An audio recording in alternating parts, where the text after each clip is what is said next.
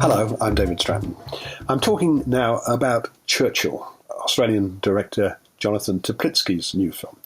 And the film is concerned with just 4 days in the political leader's life, the days leading up to and including the D-Day landings in June 1944, Operation Overlord, as it was called. According to the screenplay by Alex von Tunzelmann, Churchill, who was then 70 years old, was suffering from severe fits of depression, black dog, as his doctors called it. He was prone to this kind of depression, had been for a long time. But in this case, he was deeply fearful that the invasion of Normandy would be another catastrophe like the Gallipoli landings, the Gallipoli campaign, that he had masterminded about 30 years earlier. And he was fearful that he would be blamed, as he was back in 1915. Churchill, so cleverly impersonated by Brian Cox in the film, argues bitterly with his commanding officers, with Montgomery, Julian Wadham, who seemingly can't stand him. Montgomery actually tells him that his last speech was full of doubt, dithering, and treachery. And he quarrels with Eisenhower, John Slattery, who is patient with him up to a point, but who tells him, "You are trying to win the last war." You must remember, Ike, we fought the Germans in France before. Even if you break through in Normandy, even with the massive casualties, civilian and military, what will our boys face in France? Another Western Front? Passchendaele? The Somme?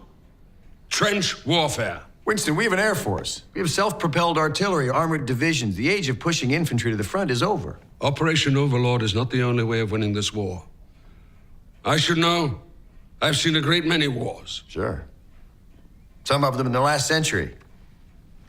I beg your pardon. The war you're talking about was 30 years ago. I don't think you truly appreciate how much things have moved on. Churchill claims the invasion plan is foolhardy, that it will end in tragedy, and he literally prays that bad weather will prevent the invasion. His aide, the former Boer leader, Jan Smuts, Richard Durden, is constantly concerned about him, as is Clementine, Miranda Richardson, his long-suffering wife. Matters come to a head when he demands to be allowed to take part personally in the invasion. He even asserts that King George VI, James Purefoy, will also sail with the Allied armada onto the beaches. And this fanciful notion is very quickly quashed by the king himself. Constantly wreathed in cigar smoke, with a tumbler of whiskey never far away, Churchill, as depicted here, is as far from a great wartime leader as it's possible to imagine. How close to the truth all of this is, I can't say, but it makes for some powerful drama. Cox is magnificent as Churchill, and praise is due, I think, to Kate Hall, who's credited with hair and makeup.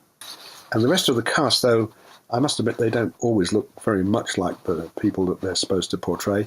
They do everything that's expected of them. The film seems to have been made on a fairly modest budget. There are no scenes of warfare, but it's none the worse for that. It's not in the same class as Jonathan Teplitzky's endearing Australian comedy Getting Square, made in 2003, but it's far from negligible. I think you'll enjoy it. I'm giving it 3.5.